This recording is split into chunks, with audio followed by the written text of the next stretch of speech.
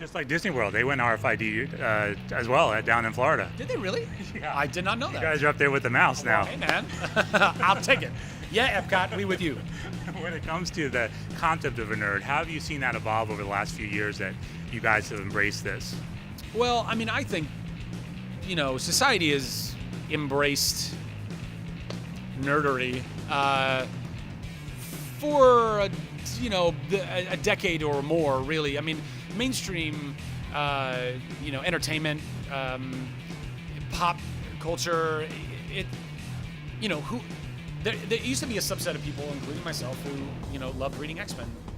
And now everybody knows who Wolverine is because they make giant movies with Wolverine in them, and they're fun and entertaining. And so even if you never read an X-Men comic or a Wolverine comic, you still know who he is. And I think that's really powerful. I think it's awesome that there was a subculture of sorts that many people loved, but not everybody knew about, and therefore could love necessarily. And now even more people mainstream, kind of love what we have loved for so long. And I don't, it's interesting. Some people feel like that we're losing it to the mainstream, but I think no, we're empowered by the mainstream because now, clearly there's a reason why we loved it. Why not be able to share that with everybody? And some people don't take it as seriously as other people do.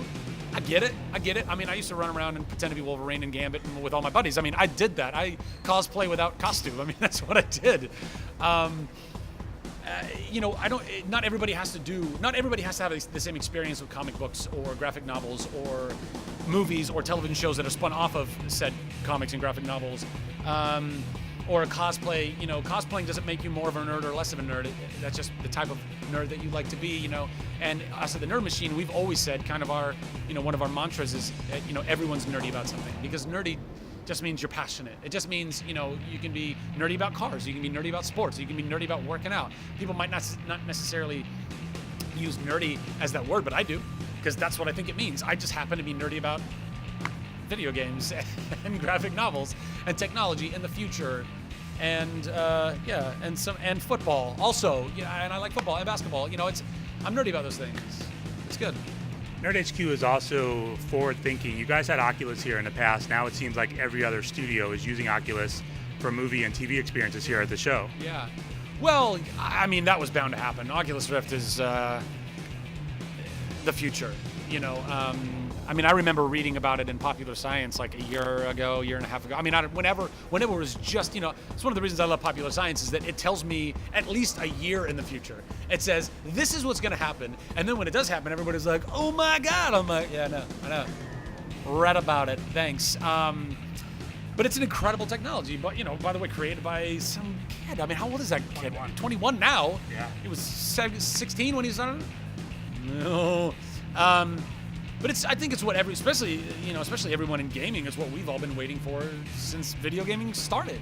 You used to go actually step into that world, and not like in the crazy weird polygons that once were virtual reality, where you had like the weird little gun and you were shooting little blocks in this weird, no, this is going to be photorealistic, and we're gonna have a HUD that's amazing and moves with us, and a weapon if you're into the gun games like I am,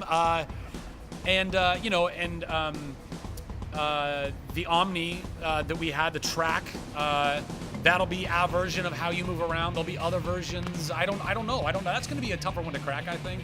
How do you move around endlessly in a space that's limited? I don't know.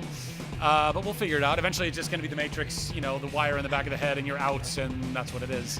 And some people will love that, and other people are going to think it's the end of the world.